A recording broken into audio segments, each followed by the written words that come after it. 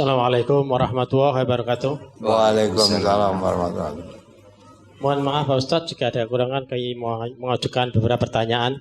Ya. Perkenalkan, kami nama Mustafa dari Kecamatan Wirosari, Kabupaten Grobogan. Yang pertama mengenai sholat, ini walaupun sepele bagi yang mendengar, tapi bagi saya juga perlu saya tanyakan, barangkali ada yang tidak tahu, jadi menjadi tahu. Untuk mengawali sholat kan setelah membacakan doa iftitah, diikuti didahului dengan doa ta'awud. Itu yang rakaat pertama Pak Ustadz.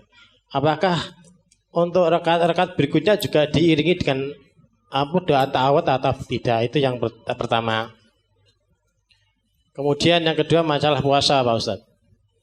Dalam surat Al-Baqarah ayat 184 Allah Subhanahu wa taala berfirman, A'udzubillahi minasyaitonirrajim walladzina yutiqunahu ta'amu miskina, gitu kalau nggak salah kurang itu.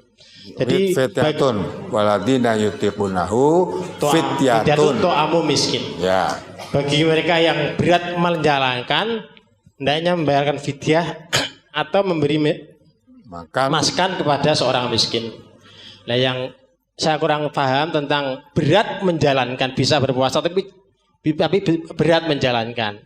Karena terus terang Pak Ustadz nih ya, di suatu saat pernah saya mengalami, jadi bukan saya saja, jadi bagi bapak-bapak ibu-ibu yang kebetulan pada hari 17 Agustus pas dulu tahun-tahun kemarin pas mengikuti upacara, pas terik-teriknya kita juga mengikuti puasa Ramadan, itu kan termasuk berat. Apakah itu juga dimasuk dalam ayat itu Pak Ustadz? Itu yang kedua. Kemudian yang ketiga, kami baca surat Al-Kahfi surat ke-18 ayatnya 103 sampai 106, di mana kami mengambil kesimpulan atau memahami, jadi orang yang rugi itu adalah orang yang mendurhakai Allah, dalam hal ini ayat-ayatnya dan Rasulullah, artinya orang kafir. Nah, pertanyaan saya begini, apakah ahli bid'ah atau orang-orang yang mengamalkan suatu amalan ya sholat, tapi kadang-kadang di sisi lain amal-amalan lainnya tidak ada ilmunya atau tidak ada dasarnya, apakah juga termasuk golongan orang yang rugi? Begitu Pak Ustadz yang bisa kami sampaikan. Mohon maaf jika ada kesalahan-kesalahan tutur kami, mohon maaf. Wassalamualaikum warahmatullahi wabarakatuh. Waalaikumsalam warahmatullahi wabarakatuh. Jadi bacaan ta'awud itu setiap orang mau membaca apa? Al-Quran. Wa idza qara'tal Quran fasta'id billah minasyaitonir rajim. Kalau kembali mau membaca Al-Quran adalah membaca a'udzubillahi minasyaitonir rajim. Sekarang kalau sholat setelah membaca iftitah, kemudian membaca Quran. Quran dibaca di waktu sholat itu ya membaca Fatihah dan sesudahnya. Fatihah atau surat atau ayat itu diawali dengan ta'awud Fatihahnya tadi. Dan itu rakaat-rakaat berikutnya apa juga membaca ta'awud. Ya kalau akan membaca Fatihah ya membaca ta'awud. Ya, misalnya masuk rakaat 2 mau baca Fatihah ya ta'awud dulu. Ya. Ta'awud dulu, karena perintahnya kalau kamu akan baca Quran baca ta'awud. Tapi ada yang berpendapat ya, kalau sholat itu ta'awudnya boleh sekali aja ketika akan memulai membaca Al-Fatihah di rakaat pertama. Tapi kalau dohir bunyi ayat tadi, setiap kamu akan membaca Al-Quran. Nah, tadi baca Fatihah ya, terus surat, ta'awudah, terus setelah itu sujud, rukuk dan sebagainya, balik masuk rakaat kedua mau membaca Al-Quran lagi, baca ta'awud lagi. Jadi setiap mau membaca Al-Quran baca ta'awud tidak salah, memang ada perintahnya gitu loh. Jadi tiap rakaat, tapi kalau membaca suratnya tadi sudah ditanyakan di depan, kalau nanti dibaca surat dari awal ada bismillah, misalnya qul ya ayyuhal kafirun kan dimulai dari bismillahnya, baca bismillah ya, Fatihahnya membaca a'udzubillah tadi ya, suratnya membaca bismillah. Tapi kalau sesudah Al-Fatihah yang dibaca ayat tidak perlu membaca bismillah, langsung baca. Jadi singkatnya aja, setiap rakaat mau membaca ta'awud setelah akan membaca Al-Fatihah tidak salah gitu.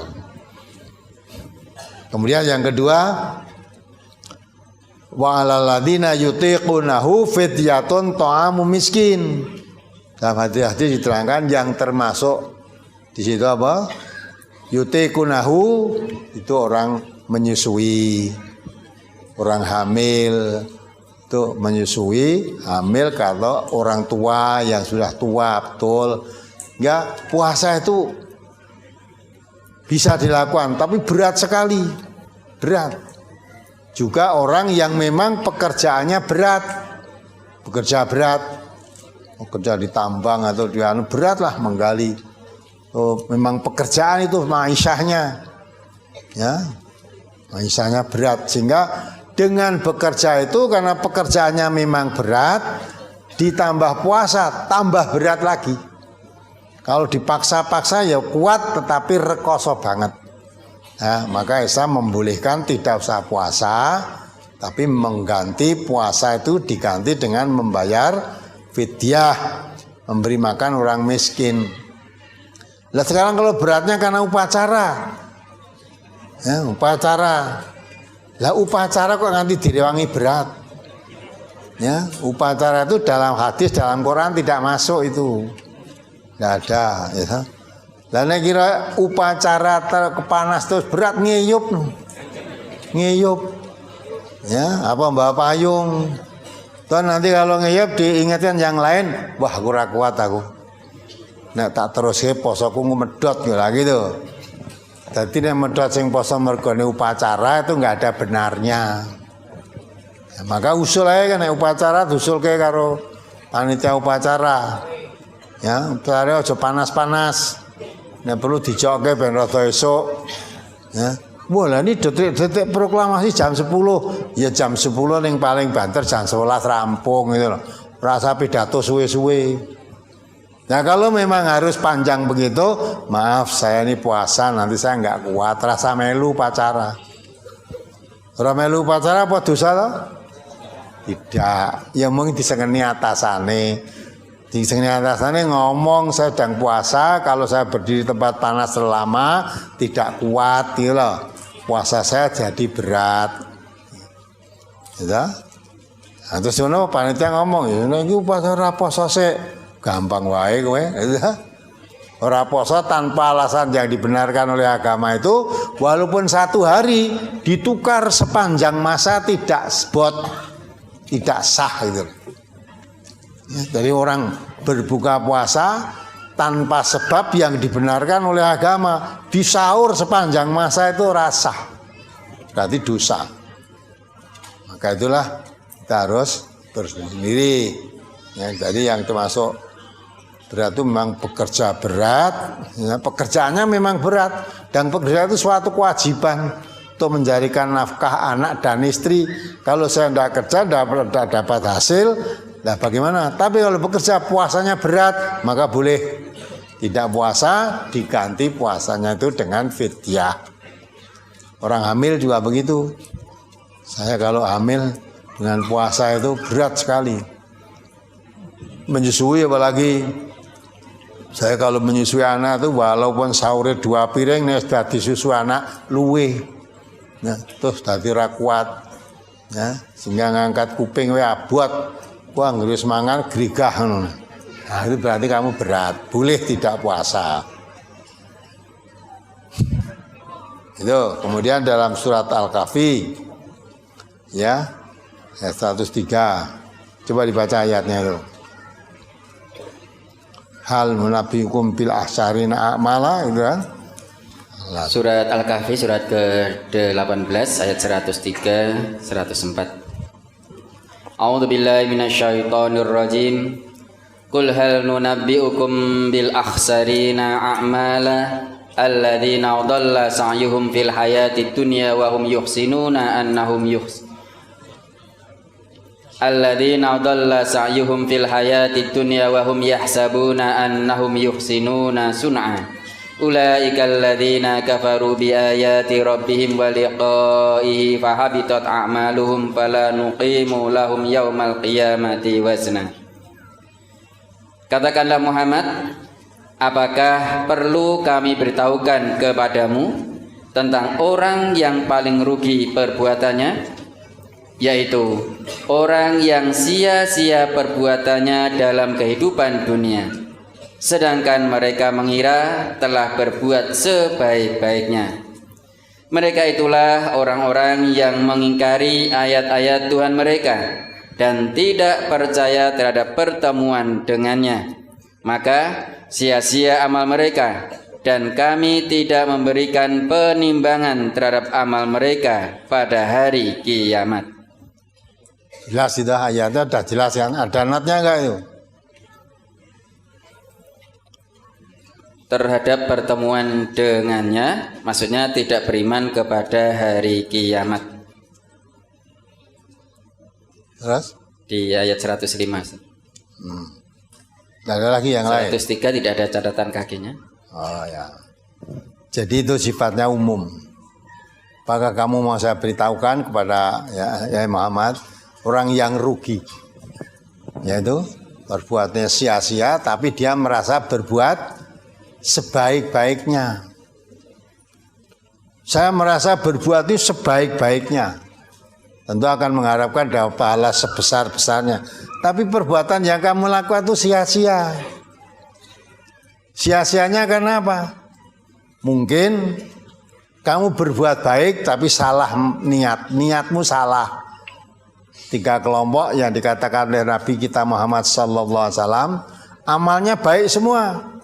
Satu orang mati syahid dalam peperangan, ya. 2 orang dermawan suka memberi pertolongan dengan hartanya. Yang 3 orang alim yang dakwah kemana mengajarkan ilmunya tanpa mengharapkan upah apapun.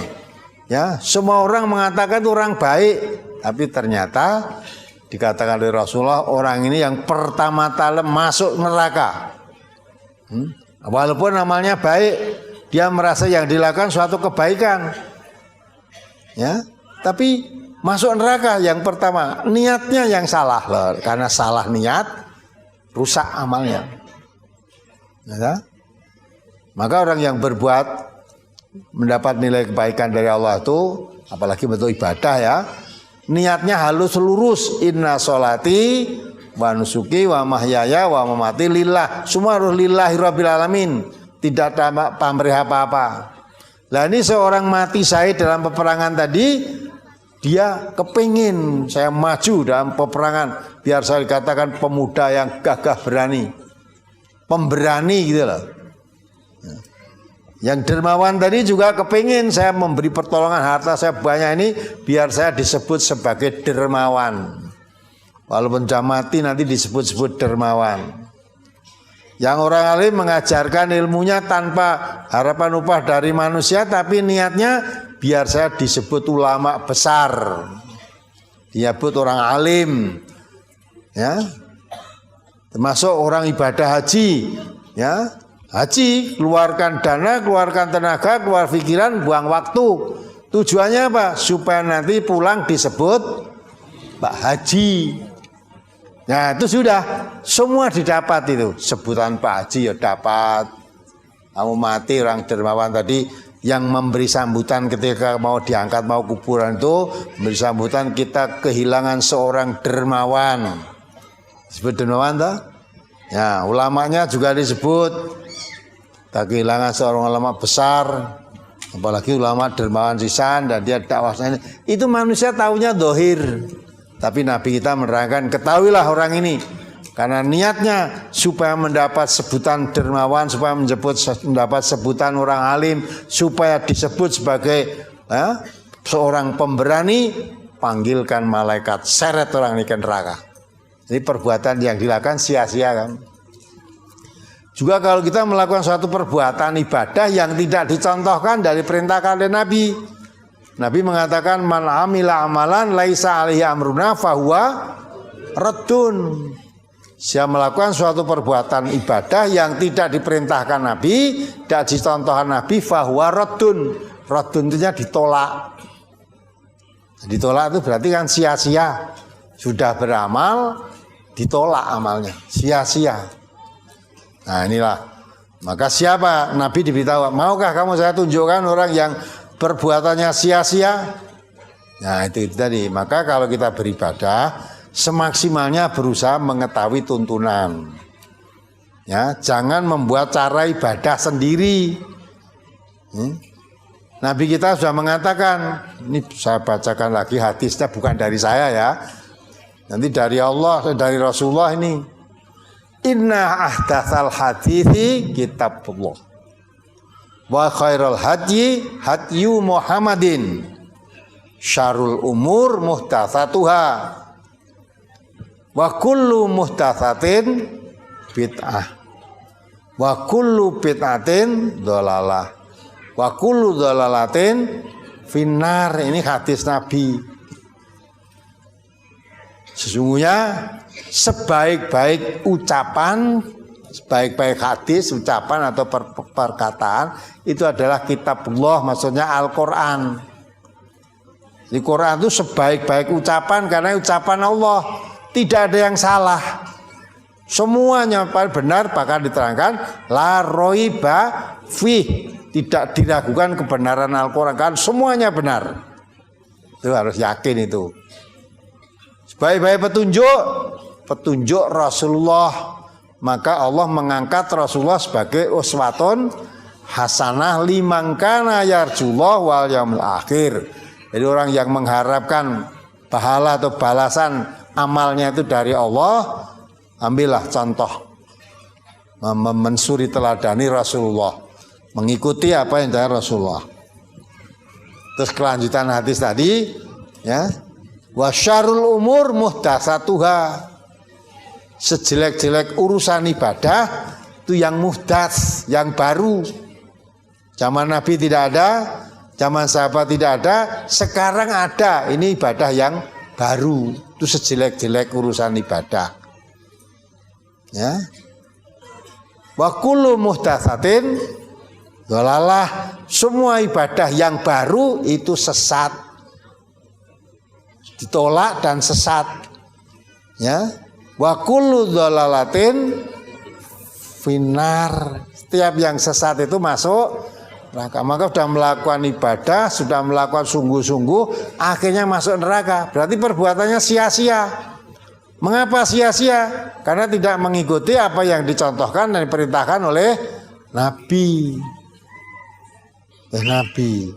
Maka wala takfu ma laisa laka bihi ilmun. Qur'annya mengatakan begitu.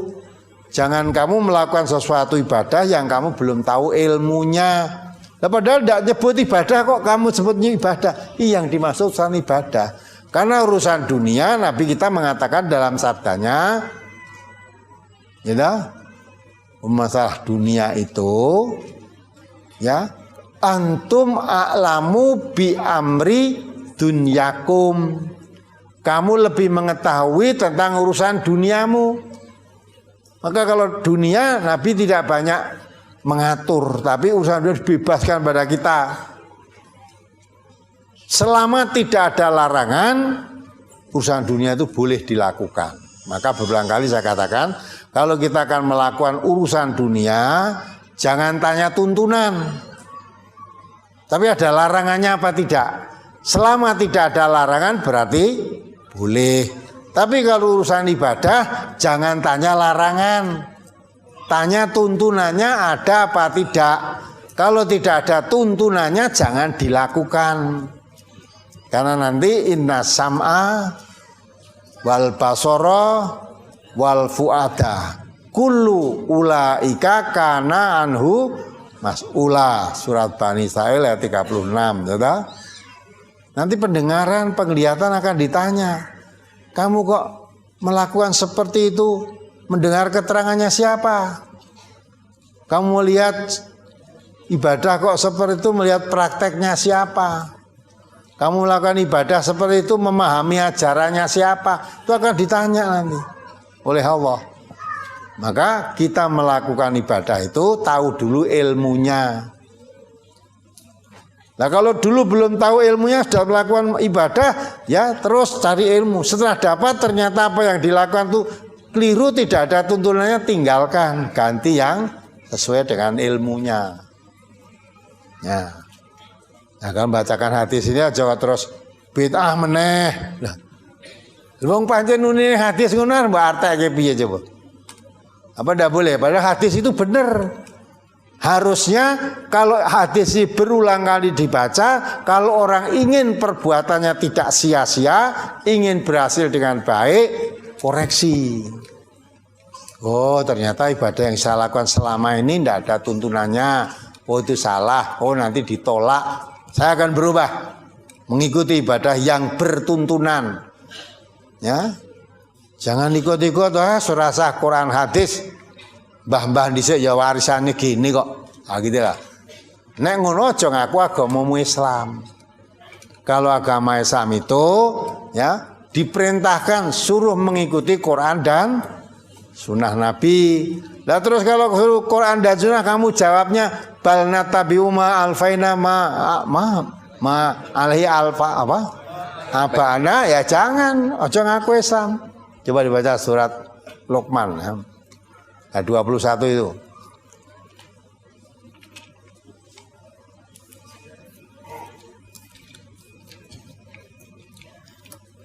Surat Luqman surat ke-31 ayat 21. A'udzu billahi minasyaitonir rajim. Wa idza qila lahum ittabi'u ma anzalallahu qalu bal nattabi'u ma wajadna 'alaihi aba'ana awalau kana syaitanu yad'uhum ila 'adzabis sa'ir. Dan apabila dikatakan kepada mereka, ikutilah apa yang diturunkan Allah, mereka menjawab, tidak, tetapi kami hanya mengikuti kebiasaan yang kami dapati dari nenek moyang kami. Apakah mereka akan mengikuti nenek moyang mereka, walaupun sebenarnya syaitan menyuruh mereka ke dalam azab api yang menyala-nyala? Ya, walaupun setan itu menyuruh kamu atau mengajak kamu berbuat yang akhirnya akan masukkan ke dalam api yang menyala-nyala. Maksudnya masuk neraka. Supaya kamu tidak termasuk orang yang melakukan perbuatan itu, maka ikutilah Allah, ikutilah Rasul. Lah kalau orang yang beriman, kalau diperintah mengikuti Allah dan Rasul, jawabnya sami'na wa ta'na. Saya mendengar, saya taat. Tetapi kalau orang yang tidak beriman, disuruh mengikuti Allah, disuruh mengikuti Rasul, jawabnya tadi bal nattabi'u ma alfaina alaihi abana. Ya, enggak usah ikuti Quran, enggak usah ikuti hadis, cukup kita mewarisi dari apa yang kita dapati dari bapak-bapak kami dahulu. Maka Allah katakan awalau kana abahum la yaqiluna syai'an wa la yahtadun. Dan surat Al-Baqarah itu ya. Apakah kalau bapak-bapakmu tidak mendapat petunjuk dan tidak mengerti apa-apa, tidak mengerti apa-apa dan tidak mendapat petunjuk, akan kamu ikuti juga? Itu dalam surat Luqman 21. Apakah kalau bapakmu dulu atau dituntun oleh setan masuk ke api yang menyala-nyala juga kamu ikuti?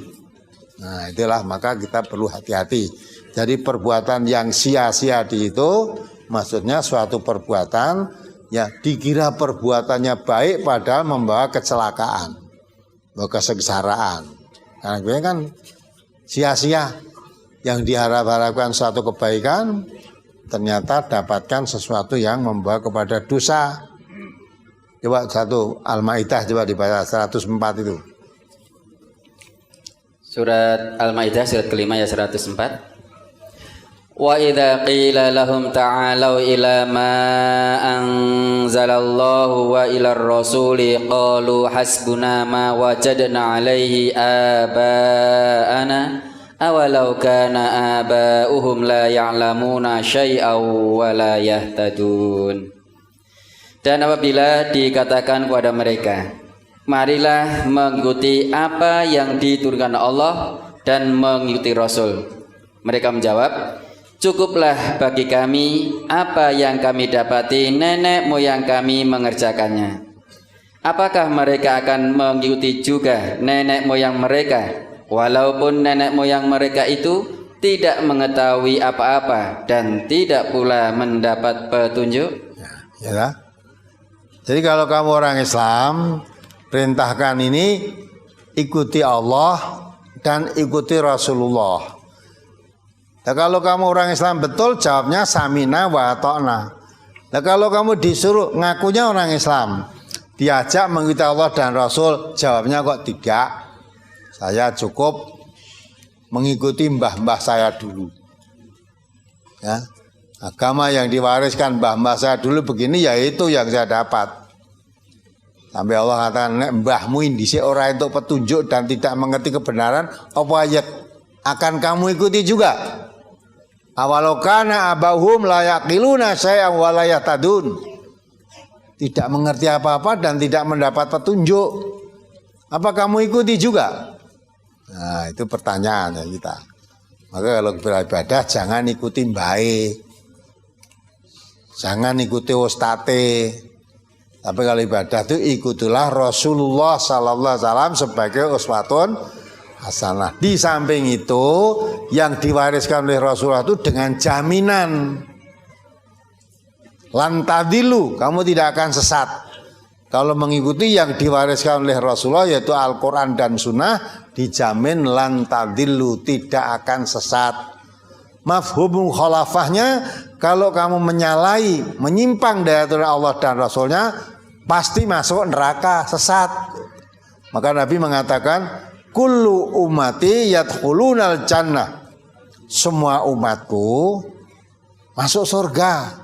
Tapi ada kelanjutannya, illa man aba, kecuali yang tidak mau masuk surga. Nah, masuk surga kok tidak mau? Sahabat kaget bertanya, qalu ya Rasulullah, wa man ya'ba ya Rasulullah, wa man ya'ba, siapa yang tidak mau masuk surga itu siapa? Nabi jawabnya singkat, ya, man ata'ani dakhalal jannah, wa man asani faqad aba. Umatku yang masuk surga itu orang umat yang taat kepadaku. Kalau diajak mengikuti Allah dan Rasulnya, jawabnya samina wa ata'na. Kalau diajak mengikuti aku dan mengikuti Allah, kok jawabnya bal nattabi'u ma alfaina alaihi abana. Itu umatku yang tidak mau masuk surga gitu. Maka siapa yang taat padaku, Nabi masuk surga. Yang tidak taat kepadaku, itu yang tidak mau masuk surga walaupun ngaku sebagai umat Islam. Tapi disuruh mengikuti Nabi, mengikuti Allah tidak mau. Itu bagian umat Nabi yang tidak mau masuk surga.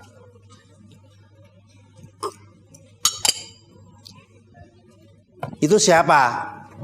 Lah kok ngarani aku? Oh tidak ngarani kamu, ndak. Ya. Itu pun terkena pada diri saya sendiri.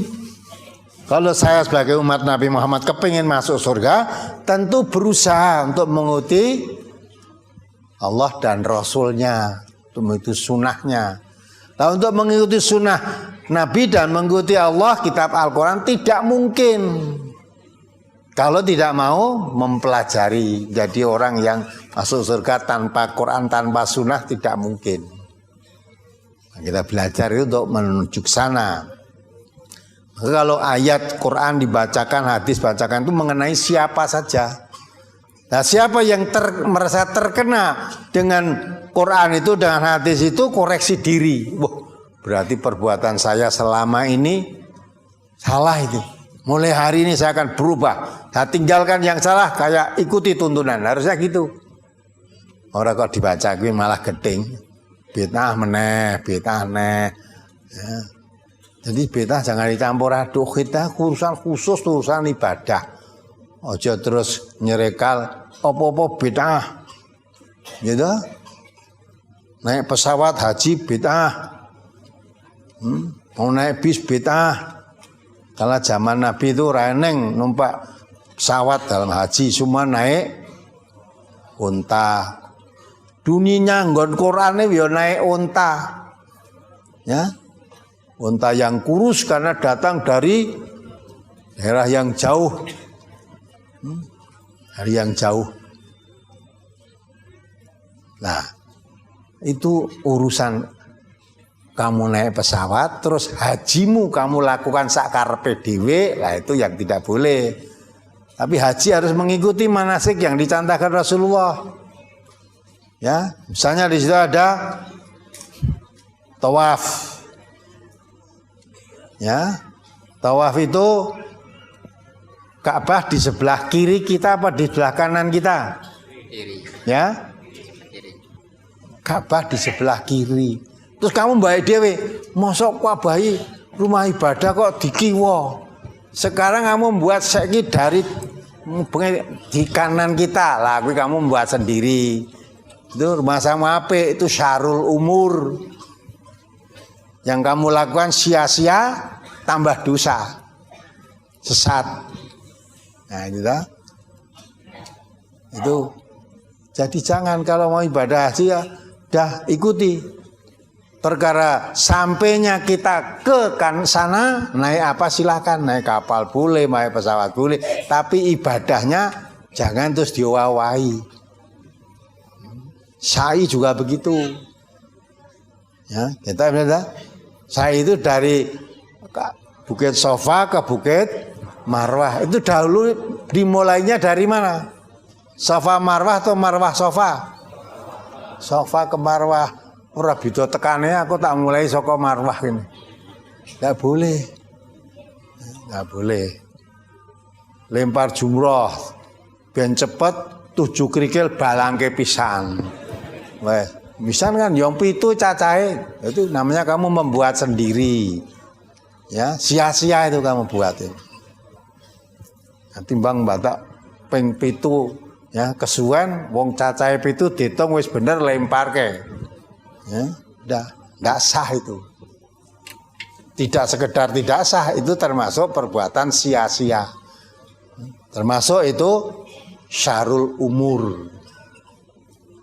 Termasuk muftas.